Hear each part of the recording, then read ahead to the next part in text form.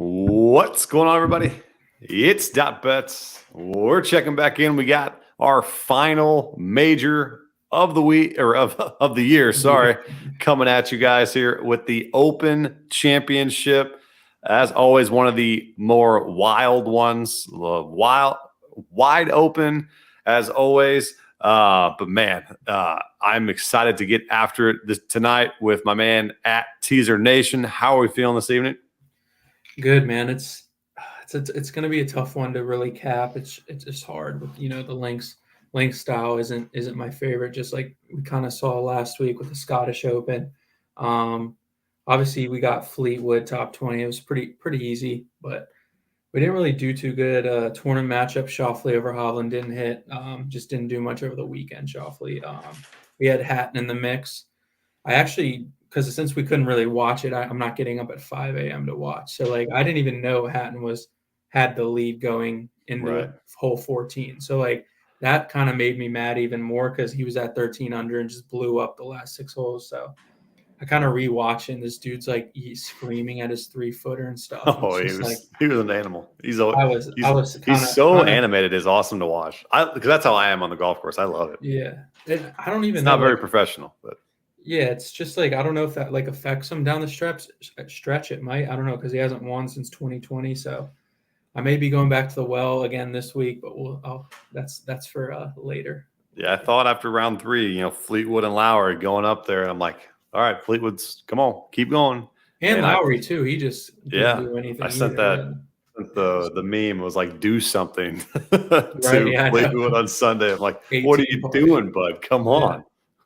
And ultimately, but no, McIntyre top 40 was a lock last week. And then you had Rory, which before the stream, me and Teaser always talk. And I said, Rory should win this damn tournament. He literally should. And then I was talking about the Scottish Open, and we didn't bet him because we were like, we should win, but we don't know if he will actually win. So ended up holing out, birdie 17 and 18. It was absolutely incredible to watch. But yeah, so congrats to all the Rory backers out there. We will move now to the final major, the Open. If you guys have any questions, comments, throw those in the chat on YouTube or Twitch, and we'll answer them here. We'll be about 30 minutes or so, right about 8 p.m. Central Standard Time, because we still got to build some lineups. We still got to finalize our cards. We're going after it this evening with the final major of the year with the Open. And let's talk about the course first, because this course is absolutely incredibly interesting. Mm-hmm. There's internal out of bounds. There are tee shots where you literally have to make a decision if you're going to go for it or lay it up. It's going to be one of a kind. And I think down the stretch with that 17, 18 hole, there's a lot that can happen. So your guy might be down a couple strokes. Who knows what happens down the stretch? You might be a couple 2 or 3 guys in the playoff together as someone blows it down the stretch. So Teaser, take it away with the course. Yeah, just it's called Royal Liverpool Golf Club. But yeah, just speaking of the internal hazards, I'm not a big fan of the internal OB. It's kind of, I don't know. I guess it makes it more interesting. But it pissed me off. It's a little like, I mean, all over Twitter, like that white stakes literally like 10 paces off the fairway on, forgot which hole. I think it might be 18. I don't remember, but yeah. Anyways, it's really you kind of have to be in the fairway here. There's high reward tee shots. So hopefully they kind of made the course longer, which is a little scary. I mean, there's going to be a lot of run out, so hopefully you can still kind of lay up on some tee shots for some guys that I would want to take who aren't great off the tee. Hopefully they kind of can lay up with 3-wood, maybe hybrid. But yeah, there's really an advantage to players who can consistently hit the driver this week accurate. Obviously, wind's going to play an impact again. The fescue around the greens run slow, and obviously the greens will be huge. That's kind of what the links are. A lot of undulated greens, tight runoffs around the green. So there's going to be, some cool pitch shots, stuff like that. You got to play different types of shots around the green. And then just a little bit about the course. There's 3 par 5s. I believe they're all gettable this week. So you kind of need to get those 4 par 3s. Not really too gettable. I think 3 are over 200 yards. So kind of just have to, sustain par on those. And then 11 par 4s. I think there's a couple shorter par 4s you can kind of attack. Hopefully some eagle opportunities by driving the greens there. And then the 7 par 4s over 450 yards as well. That's another key stat to look at, who plays well on par 4s over 450 plus. And then something interesting I found this week, one big course comp, if you kind of look at it, like if we're going stateside, so in the U.S., TPC Sawgrass, so obviously the players, both courses really share an emphasis on positional off the tee. So like, I don't know, this course, it's hard. You might not be able to use iron too much, but you need creativity around the greens, just like you do at the players. So kind of just the spotlight player I'm going to talk about right now before we get into it, kind of a new segment I just created. Oh, I was on the fly. I like it. Just because of that course comp, I thought about it. And I've been juggling this guy practically all week, but more today is Cam Smith. I'm back off the tee. You would say you don't want to bet him this week, but I'm looking at this course comp with TPC. Obviously, he's won there last year. He didn't play well off the tee there, but he had like an amazing putting, almost like a historic putting event that week he won. So really, I like to rely on his putter. So we'll see. It's kind of just like 50-50 for me. It's like everything, all the stats are telling me no, but that's telling me it's something there. So mine's the issue with him is just off the tee, and he just can't be as errant as he likes to be.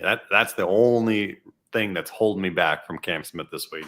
So I went a little bit more conservative. Another tidbit is like, I know they kind of made the course longer, but I think Tiger Woods in 2006 it was, they said he didn't even pull driver out the whole final round. So I think you can get away with it if the greens are going to be, if it's windy and they're dry, the fairways, I think there's going to be a lot of run out. You can kind of lay back a little bit, but we'll see. And then a couple key stats, obviously off the tee, approach, around the greens will be pretty important, scrambling, and then bogey avoidance as well. Yeah, and my most ball striking, obviously, strokes gained, tee to green, and it's going to be not at. I've seen a lot of people say it's going to be minus 18 plus to win this tournament. I don't think it's going to be that high. It's going to, I think so. I've seen some quotes from some players, and they think it's going to score really well tomorrow and then dry out until I believe Sunday. So I believe they're going to have a little bit lower scores tomorrow, dried out. But these bunkers in the middle of the fairway are very, very concerning. So a lot of people are very worried about them. You really want to avoid them. They don't usually they keep the bunkers where they have the sand kind of at an upslope, so it's easier to get out of them. But these are at a downslope. So I've seen Padraig Harrington talk about how he's trying to avoid them at all costs. He's shown some videos online of him hitting them out there, and they go absolutely nowhere. It's an automatic layup, so you're kind of you got to get up and down for par. So you're basically screwed if you're in one of those. But and they're in the perfect spots of where you want to lay up and put your tee shot. So it's going to be a phenomenal final major to watch, and it's going to have to come down to ball striking and guys that are accurate off the tee. Plain and simple. I think that's how I built my card. That's how I built a lot of my DFS player pools with those particular guys. You can go a little bit more distance because I think it's a little bit more. It's a softer course tomorrow than it will be the rest of the week. So I would give a slight advantage to distance, but you're going to have to be as accurate as possible. So let's get into some of our outrights. We got our top 20s, top 10s, and then our outrights, and then we'll sprinkle in some DFS talk. If you guys have any questions over any sleepers, player props, matchups, first round leaders, feel free to throw those in the comments. We'd love to hear from you guys. Makes the show a little bit more entertaining than us here just basically lecturing off of our off of our sheet of paper. So Teaser, you want to go forward with your first top 20? Yeah, so this week I have 5, but I'll start with my first one. So Xander at plus 110 I got on DraftKings. I think he played okay last week. He kind of, got off to a good start and then, didn't do much the last 3 days. But really, based off my model this week, all I did was put in strokes gained off the tee, fairways gained, and driving distance as well. So it's really an emphasis on that. In the model, he was around the 20th spot. He's 20th strokes gained off the tee. I've always said it on stream. I think this guy has like one of the most complete games we've seen, really. There's always like one thing you can pick from someone's game that they're, not as great at. With Xander, I think he does everything pretty well. He's a good ball striker. He's, pretty good off the tee. He has the distance. He's pretty good around the greens, and he's, above average putter as well. So I think that makes him a perfect match for the course. Also, he's gaining strokes in his last 14 events. He's been kind of on a tear without winning, really. So that's my first one. I like the number 2. I'm surprised it wasn't like minus 110, honestly. So yeah, I'm never going to hate on a Xander pick. I'm a big fan of that guy. I'm usually on him myself, but he didn't make my card. He is definitely in my player pool. Let's see what he's projected. He is projected 11%, so he'd be in that value range because he's that one of the last 10K guys on the board. And before we dive into my card real quick, DraftKings did a very interesting thing this week. Usually, the lowest player is 6,000. They put the min price to 5,500 this week, and then they priced up Scotty and Rory. Scotty at 12.5 is one of the highest prices I think we've seen in the last like 7 or 8 years. That's crazy. So yeah, it's an astronomical number. And I, if you guys are in the Discord, I did say, it's Scotty's week next week after Rory hit it because I thought Rory would be steamed, but they are both identical. Rory's 19%, Scotty's at 18%. But they made it more enticing to go get Scotty, I think, this week because they min price. So I think a way to get different this week is to go very balanced because a lot of people are going to see that discounted price. Just like you see a discount at a store, you're going to go and purchase it, right? Yep. So Scotty, Rory, and maybe, you put Cantlay or a Morikawa, and then they're going to go to the bottom of the barrel. So that's where I think it's the stars and scrubs, like the Public Joe is going to do that. But I think the hyper balanced is the way to go in high risk tournaments. Yeah. So maybe fading like the top of those guys. Don't go to those 5,500s and stay in that 9 to 8 and 7 range. Stay right in there. I think there's plenty of guys in that 9K range, 8K range that can win this thing.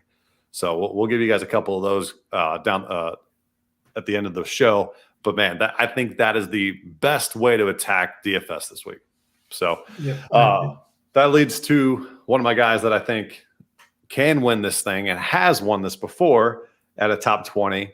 And I was on him last week. Very disappointing, coming off of 2 missed cuts. I don't know if he's hurt. I don't think he is. I just think he was playing bad golf. But I'm going to go back to Jordan Spieth here. Plus 140, 1 unit track record at the Open is unmatched. I mean, he's gotten top 20 the last 5 times he's played here. Last 6 out of 7 times he's gotten a top 20. And I know he's coming off 2 missed cuts. I'm fully aware that it's a little bit more risky, but I think we're getting a better number because of it. Plus 140 for 1 unit is a great top 20 number for Spieth. I'm not going outright. I'm not going top 10, but it would not surprise me if he was top 10 or he ended up winning this thing. I don't think it would surprise anybody because his creativity around the greens is one of the best, if not the best. Putting, short game is always going to be there. And off the tee, he's never crazy off the tee. It's more of his iron play that I'm the most worried about, and that's why I'm not going to the top 10, not going to the outright, but give me top 20 all day long for Jordan Spieth. What do you got? Yeah, my second one, I think we're both on this guy. I talked about him last week. He's really the only one that cashed for me. I got Tommy Fleetwood at plus 125. It's not really much to talk about with him. The model, top 15, 17th in strokes gain off the tee, 47 fairways gain. He's been in contention a lot over the summer. 3 top 20s in his last 4 open starts. Obviously, this should be a pretty good fit for him with the emphasis on hitting fairways. It's kind of, home country type feel. Obviously, it's in England, so he's kind of back home. He played well last week. He just didn't do much, like you said, on Sunday, like that meme. So that was about him. But it's really, we're not taking him to win because I'm never taking this guy to win. But this top 20 really is. This is the guys you want to target. These guys right here. I mean, that are really we love good to see that, right? Like if you keep scrolling down, I think it shows. Yeah. Like so, the Scottish Open, he gained 8 strokes gained total. I don't know the breakout because they don't do the strokes gained, but yeah, I mean, his open track record too. Yeah, the Open, I mean, 11, 3, 14, 8, obviously all different courses, but he's going to show up on links courses. So I think this is one of the safest plays of the week. Fleetwood top 20. I think he has the safest floor also if you want to play him in DFS as well. So you're not going to get a win with him, but you're going to get a solid tied for whatever it is, 15th, 8th, something like that. So, and I'm frustrated with myself because I don't think I'm going to go to him. I don't think I'm going to do it this week. And if it's going to piss me off, I think for sure, because Fleetwood and Lowry, like I said last stream, is like links style course. You have to play these two 100% of the time. And I'm like, this week I'm going to play him more in DFS. I think they didn't make the card. I was a little sour with the way Fleetwood ended, I think. And it's tough to do that. I'm trying not to do that with another guy who I'll talk about after your next one. But yeah, I mean, I can't. Gotta try to go back to these guys. And I can't fault absolutely anybody that goes back to Fleetwood or Lowry. I think they could win this thing. I'm okay with that. But I don't know. I just left them off my card. They're going to be part of my player pool. I think they're. The Fleetwood's too. He's the most owned golfer at 23% this week. He's the most, and for good reason. He's 9,300, so I think he's a little bit discounted. I think he should be like 96 or 97. But Lowry is still pretty 9,100 for 11%. So they're right neck and neck. If you want to go pivot to Lowry over Fleetwood. That's the obvious move there to get some depressed ownership there. But man, I can't blame you for going Fleetwood. He's obviously kills these particular types of courses. Right. So my next one, we're gonna go with the guy who's won this before, and a guy that I'm usually not on, but man, the way he's talking this week, he's talking himself up very, very nicely. And I think this is Collin Morikawa, top 20 to go for 1 unit plus 125. And just basically going off of straight up ball striking with Collin Morikawa. His putting obviously has let him down this entire season, as this will show right here. His putting has been atrocious. But again, strokes gained, tee to green. It's trending in the right direction. It's been trending in the right direction. If you looked at his stats, you're like, how the hell is this guy not got to win this year? Yeah, I mean, look, he's close. He's trending. Yeah, he's trending. And then you go and you look at the Open, missed cut last year. He won this thing in 21. I'm gonna hopefully get this guy and not that guy. Yeah. So just straight on ball striking.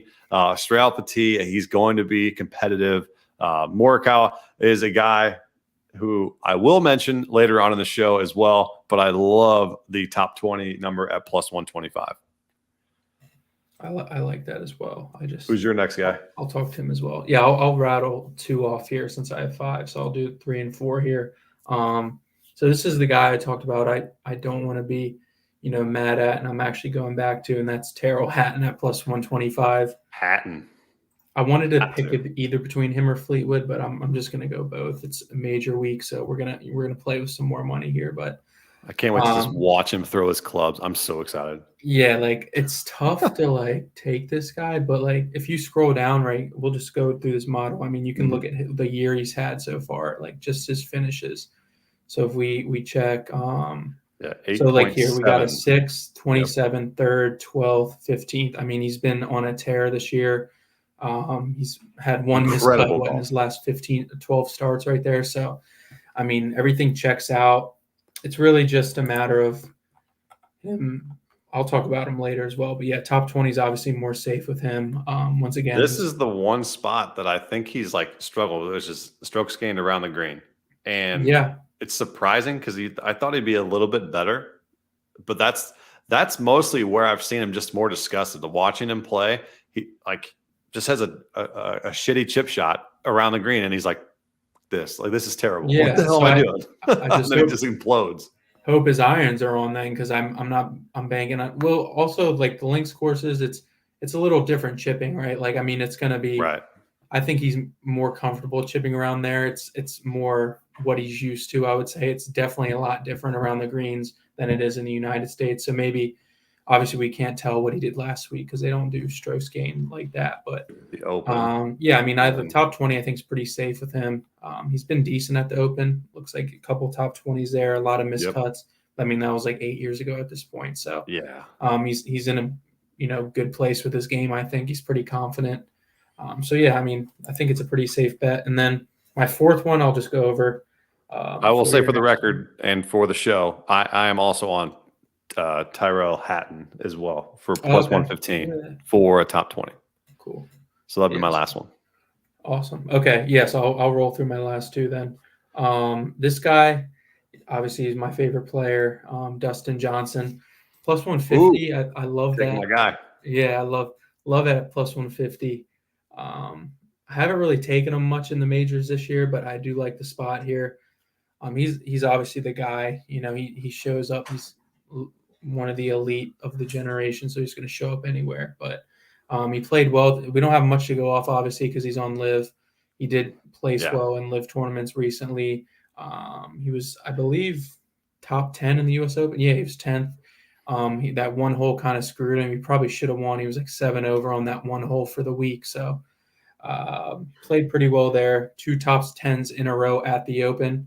6th and 8th, and strokes gained there. We love to see that.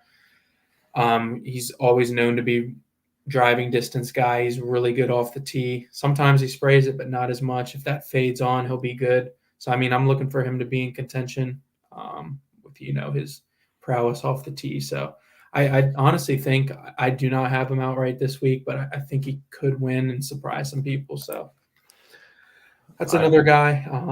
And then my last one is kind of a dark horse this week. I saw some people talking about him, but it's Russell Henley at 3-1. So kind of just like an opposite player of Dustin Johnson, but they're both in separate ways or in different ways good off the tee. So he's first in my model in fairways gained. So this guy hits fairways.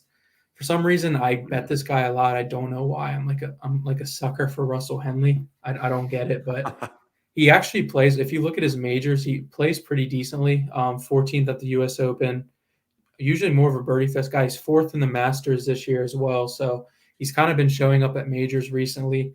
I do like the value at 3-1, so probably just a half unit play, but I think he should be around maybe 250, 2-1. So I think he hasn't been that great at the Open, but value plays, you're not going to find guys with that great of course history. So yeah, I mean, I think we're just going off the hit fairways narrative with him. So he definitely is a value play for me. It's 7,400 on DK for 13% ownership. So a little bit more than I probably would want, but for good measure here, good track record, a lot of course history. So, or course history on links courses there. So 13%. I'm okay with eating there. Maybe go match the field a little bit over on Russell. Speaking of Dustin Johnson, he is currently, so he's 9,200. So he's sandwiched in between Hatton and Lowry. And that has depressed his ownership as well at 11%.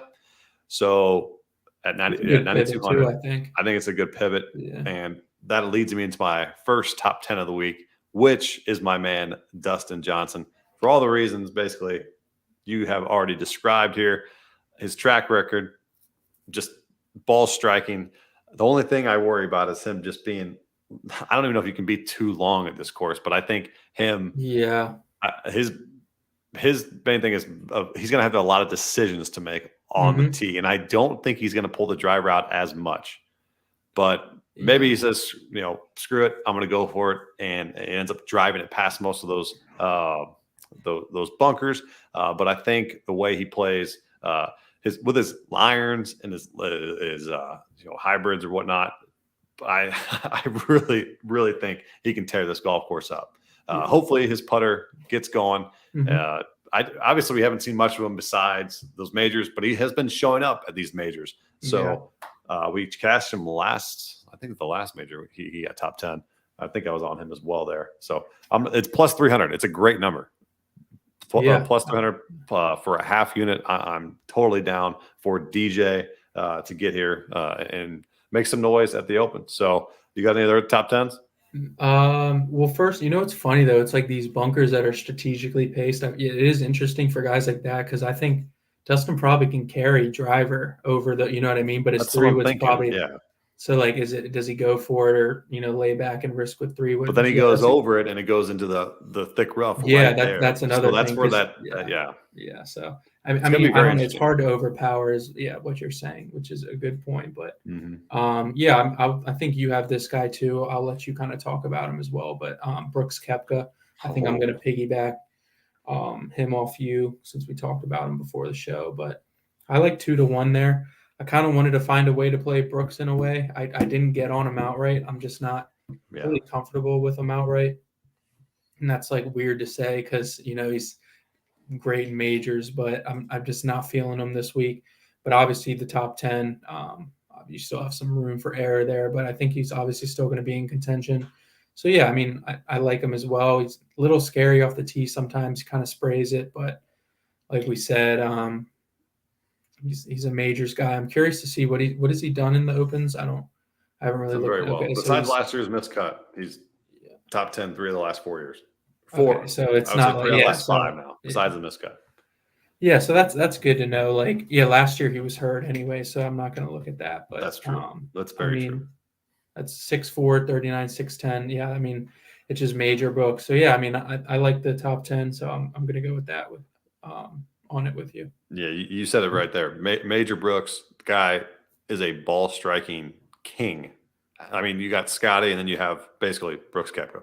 Yeah, and you have a guy who is getting plus 200 while Scheffler's like minus 7 million to get top 10. So I'm going to go with one of the guys right there with some good value. Totally fine playing him in DFS as well. Let me just confirm.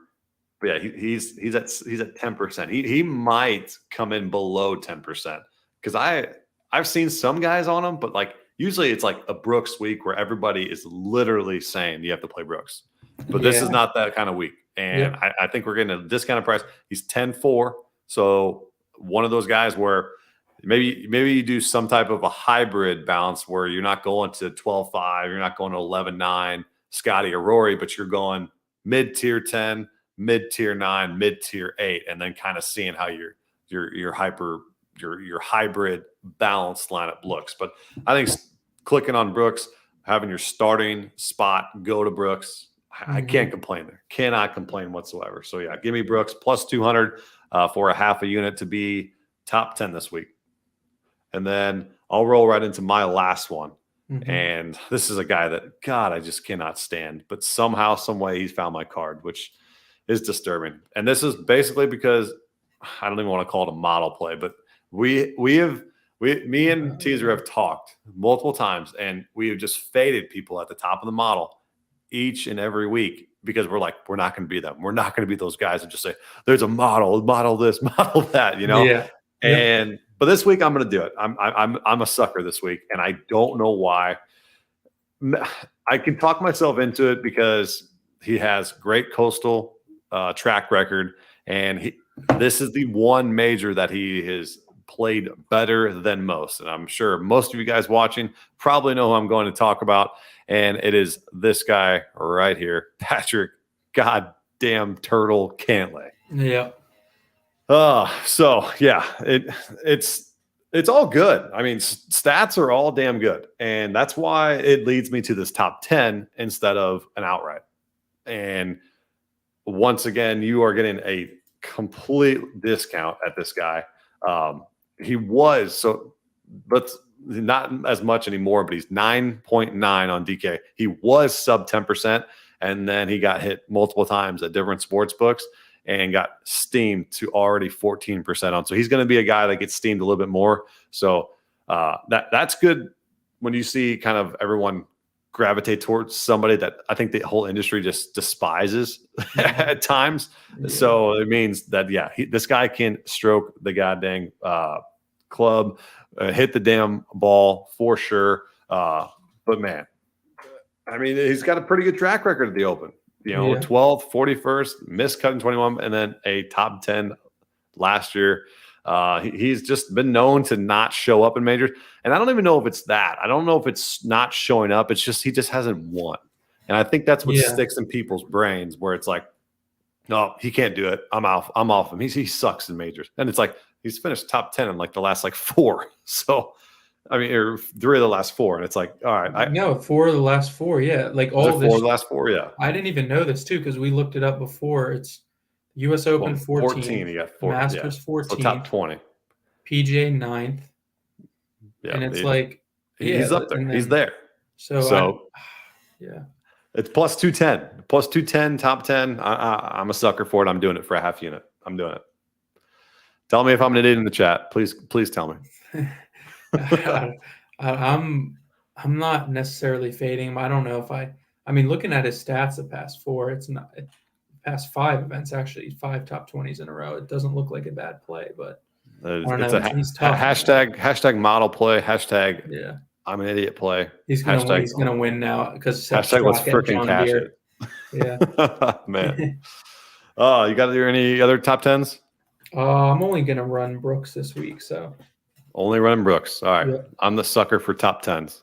I like that. I like those inflated numbers. That's why I like the top 40s a lot. Yeah. But top 40s in a major like this are stupid, so don't do those. They are. All right. Let's talk sleepers really quick before we get to outrights. I know we're going a little bit long, but it is the last major of the year, so I don't give a damn if someone's staying up trying to if we're interrupting anybody's sleep. We shouldn't be. All right, so some sleepers here. I will say the most disrespected golfer this week, ownership wise, and just no one's talked about him. I'll say there's 2. I will definitely say there's 2. I probably know the guy you're gonna say. One is Hideki.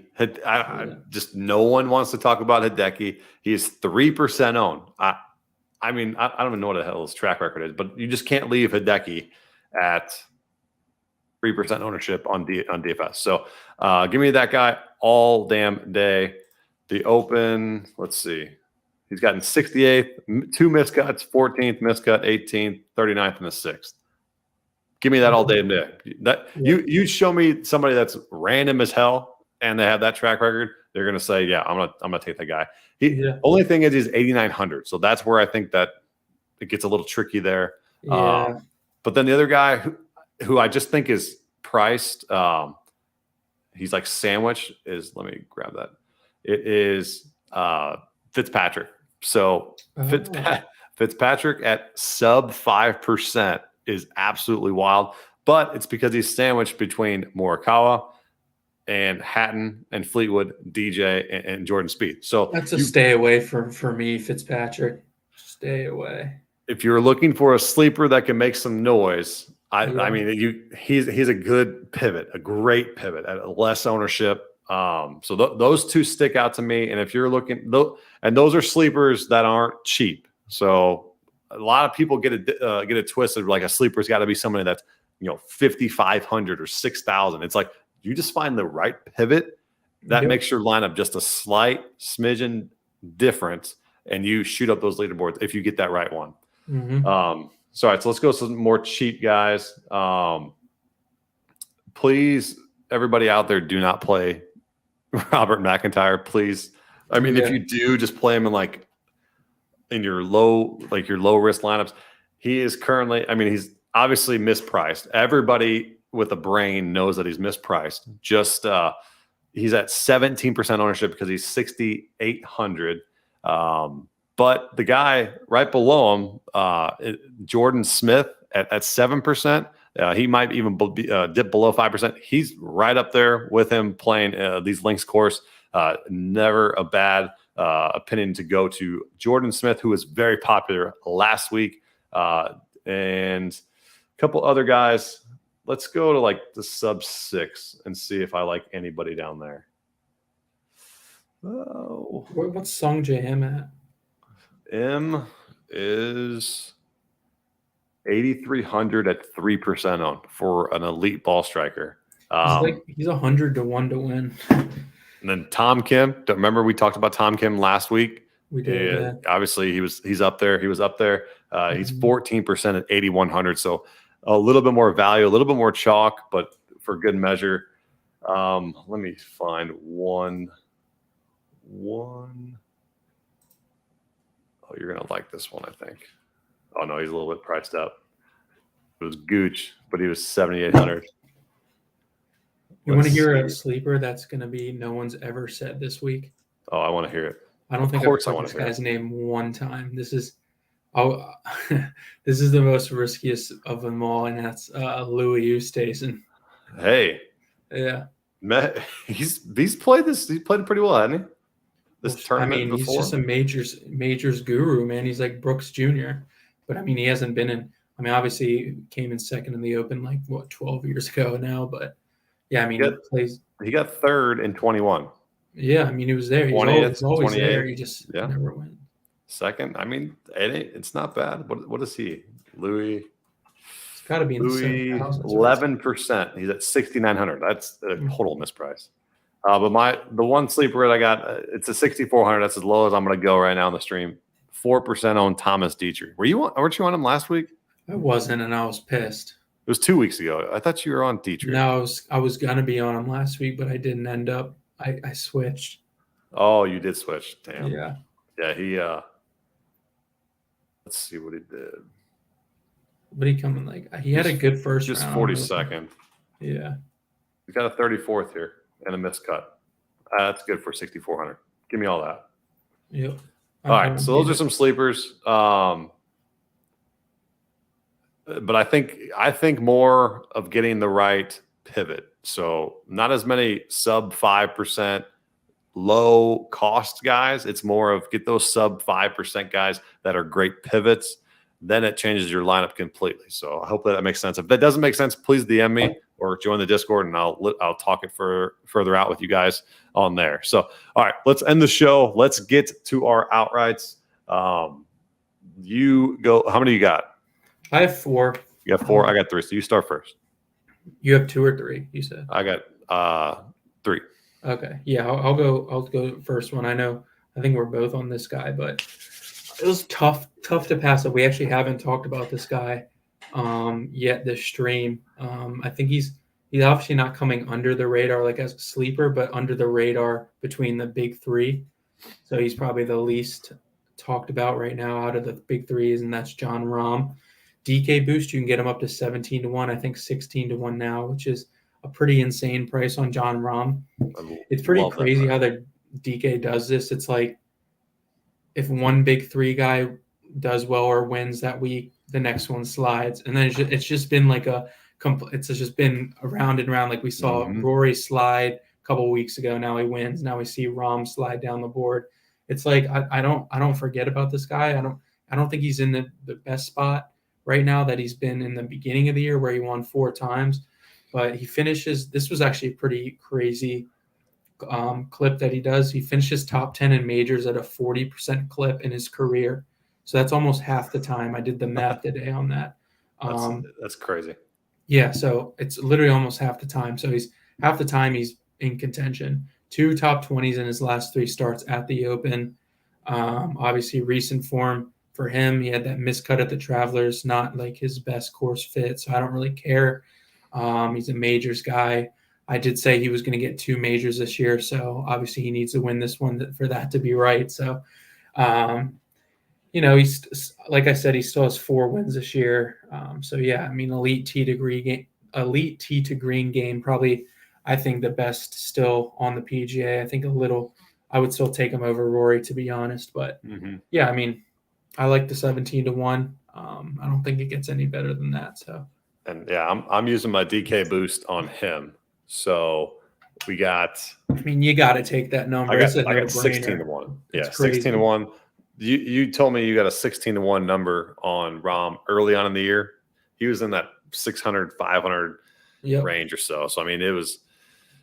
I'm playing the number here. Absolutely, Rahm can get this done. He's one of the best in the world, if not the best. We got a comment here. We got Peyton. We're gonna go back to some sleepers. Any sleepers for the 6-tier pools? Is that what?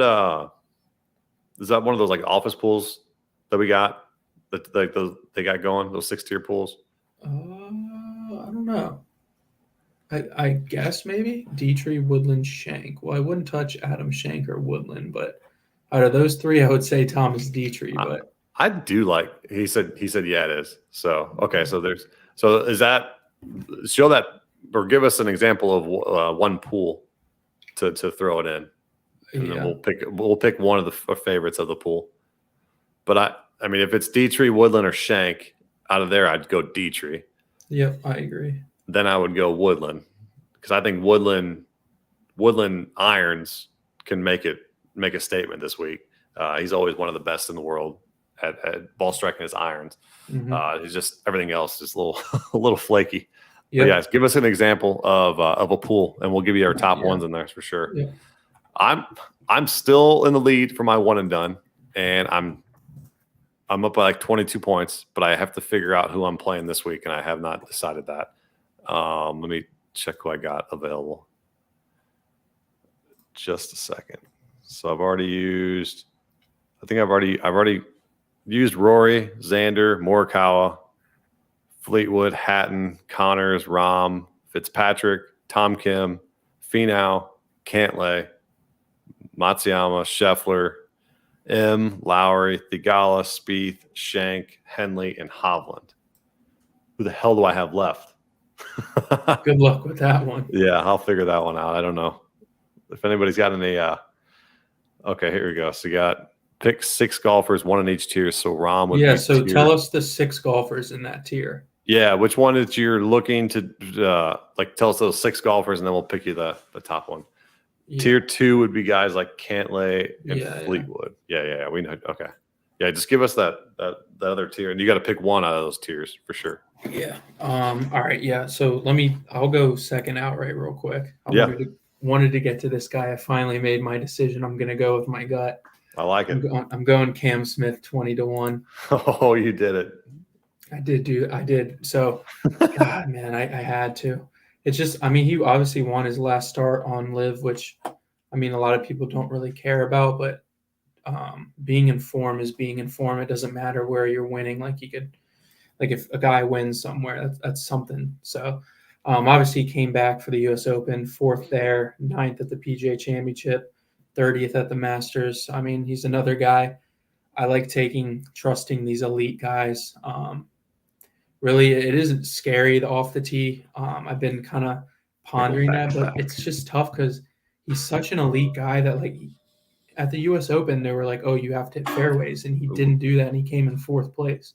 Yeah. So it's like his putter essentially bails him out a lot. So it's just like, I mean, if he putts like he did when he won the Players, it was one of the historic putting, weeks. I mean, he's going to be right there again. So I like him. Plus, we talked about the laying up. Hopefully, maybe if he can, club down a little bit to maybe like a 2-iron off the tee, that's going to be a lot more beneficial for him. Maybe like a 3-wood as well. So, yeah, I don't hate him. The shit out of me off the tee, man. No, I know it's. But the thing is, like, that's one thing where you hear all about that. And then I'm going to get off of Cam Smith, and then he's going to win. So it's like, you know what I mean? You got to go with your gut sometimes, even though he just shows up every major, so you have to go with him. So we have a great question here from Brooks.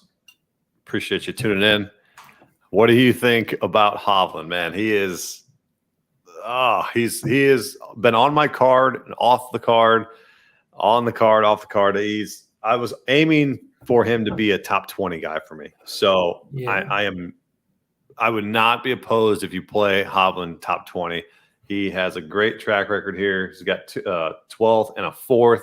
Last week, kind of slipped up early on, then made a push towards the end. Ended up finishing top 25. I've seen him a lot this week from other people in the industry, but his ownership on DFS is 15%, so it's not terrible. You're not going to get those, Fleetwood, Hatton ownership, but I'm on the Hovland train. I'll play him in DFS. I just barely missed my card. I actually had him on. I took him off, but I think it's plus 110 for top 20, and I'm okay with that. What are your thoughts on Hovland? Yeah, I think I wouldn't mind. He just never makes my card for some reason. It's always I like another guy more than him. But yeah, top 20 I don't hate. I don't see him winning, but yeah, I think top 20 is pretty safe with him, or not safe, but I think it would be a pretty decent bet. So yeah, and if this course does get any more rain to it, Hovland obviously has the distance factor in his favor. But my value went to DJ when thinking about that. So that's why I swayed more towards DJ there instead of Hovland. But I can't complain with anybody playing Xander or Victor this week. Yeah. Yep. Actually, I have a question. One guy we have not talked about at all. He's not on our outrights for anybody waiting for that.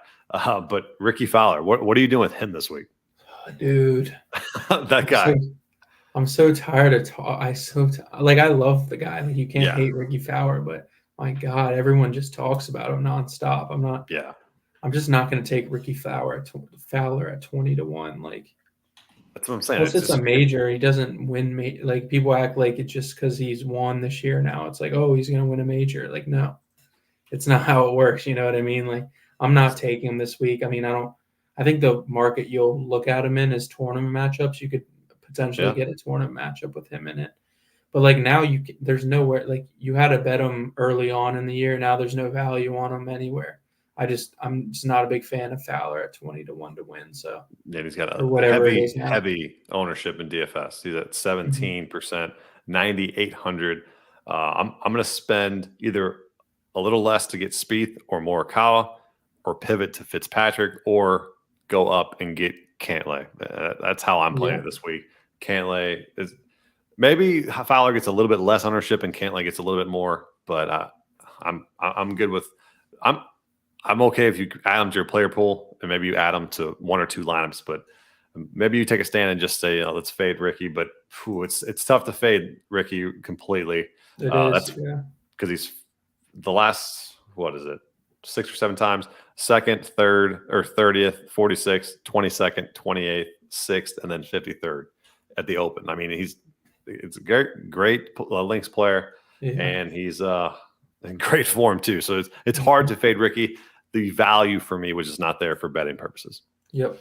All right, let's get to. I'll go to my next one. It's Morikawa. I talked about him earlier on in the show. 35-1 on a guy who's won in this tournament before. Love that number. That number is great. And if his putter's on, he should be totally fine to compete and win this whole thing. Ball striking off the tee should not be an issue for this man. He should be throwing darts all weekend long, and I'm okay with anybody out there to get. If you want to use the 300 boost on Morikawa and get 38-1, I'm totally fine with that. But yeah, Morikawa, I'm a double up here with him in the outright, and then a top 20. So he should have been the cover boy, but I went wrong anyway. Well, that's one of mine. I got him 40-1. Oh yeah. But yeah, we just talked about him. So that's my third outright. Yeah, I mean, he won the Open in 2021, like you said, at Royal St. George. Really, that was the one course comp that I found besides Sawgrass. So it's a good sign for Morikawa. So yeah, I think that was the biggest course comp there. Like we talked about, he's very accurate off the tee. He's coming off that playoff loss to Ricky. And then another tidbit there, he finished top 20 in every stroke gain category that week. So really, I think with him, we just want to see him in recent form work out. I think once he gets in that form, he kind of just carries it along for a couple months at a time. So once you kind of see him in that form, we like to, take him and get him in good spots. And I think 35, 40 to 1's a pretty decent spot there. And then talked about this guy already. I'm not even going to say anything about him. Tyrrell Hatton at 30 to 1. You can chalk that up as a loss. So I'm just doing it to do it. I'm a sucker for it, but not even going to talk about him anymore. All right. So the last hour we got for the show and the highest odds here. So this is my long shot of the week. We had Fox last week who gave us an okay effort. He got, I think, top 40 or top 20. I think he might have ended up getting there. He was top 20, yeah. Was he top 20? Yeah. I wish I would have switched him and Mac, but it's all good. It is going to be my man, Corey Connors. The guy, one of the most superb ball strikers on tour. And last week, top 20, I think it was 25th at the Scottish. Just looking at his stats, obviously not as sharp as most, but he is solid all the way around. Obviously, it's with the putter. And I'm okay with somebody who has struggled putting, and because that can always get hot in a tournament. That can always get hot. The main thing is strokes gained, tee to green, approach, and accuracy. And this guy has it all here. And you can see, so he was top 20 last week. Then Travelers 9th, miscut at the U.S. Open, which I think I was probably on him then. Which probably was not a good thing. You were, yeah. He's been, what's his, okay, so he's been good at the Open. Yep. What's his, major history? I think he's been pretty decent, honestly. So PGA, he got 12th. Yeah, Masters. But Masters, he got miscut, and U.S. Open miscut. Okay. But PGA, 12th and 19th last week. Ball striking course, like we've been saying, stay away from most of those bunkers, internal OBs, and I think Connor's got a chance. I think more likely it's just a great number. And the DFS, he's getting some ownership at 15% because he's mispriced at 7,700. But he's another guy that if you're building that balanced build, he fits that mold for sure at 7,700 instead of. So let's just see who he's around. So 7,700. So Minwoo Lee is getting a lot of love. Patrick Reed is somewhat getting a lot of love. But then right above him, you got Jason Day, Gooch, Scott, and Rose. So that's that tier. You got Neiman, Thigala, and Henley. So he's the guy that I think a lot of people are going towards with Lee, Reed, and Connors. So, but I'm okay with eating chalk there and then getting different with one of those other pivots. So if that makes sense to everybody out there.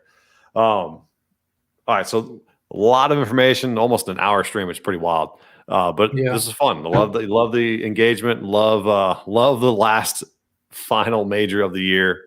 So excited to get it rolling. We'll have our final cards posted on our Twitter, and we should get after it. You got any final words? I'll go over. This is just quickly tournament matchups. I have 3. Oh, there you go. If you want local on my local, I don't know if they'll have it on DraftKings, but local should have it. One crazy is Dustin Johnson plus 150 over Cantley. That's just an insane line. Justin Rose plus 130 over Fitzpatrick. Don't love it, but just love the value. And then this one, I love Burns minus 110 over Justin Thomas. So those are 3 I would key. I would fade Justin Thomas. Fade in JT. Yep. So that's crazy value there. So. I like it. Burns played pretty well last week. Yeah, he's been coming on strong too. I'm not a big fan of betting him, but I mean, you can't really. Stats don't really lie. So I mean, he's been. The time you bet him, he's gonna burn you. Yeah, like what I did there. No pun intended, right? All right, well, I'm getting out of here. I'm getting sleepy. Psych. I'm gonna be up in a little bit and watch this tournament. Yeah. So, all right, appreciate everybody coming out, asking questions, and showing some love in the chat. Let's get after the final major with a solid card. Let's get another outright. I think Teeter is going for the 3rd out of the 4. Yeah, missed the U.S. Open, but we're trying to get the 3rd. We'll get it back. We got. Thanks, guys. Let's cash. Let's go. Let's do it. All right, we'll get them on here. If you have any other questions, join the Discord. We'll be there all night. See you guys. See you.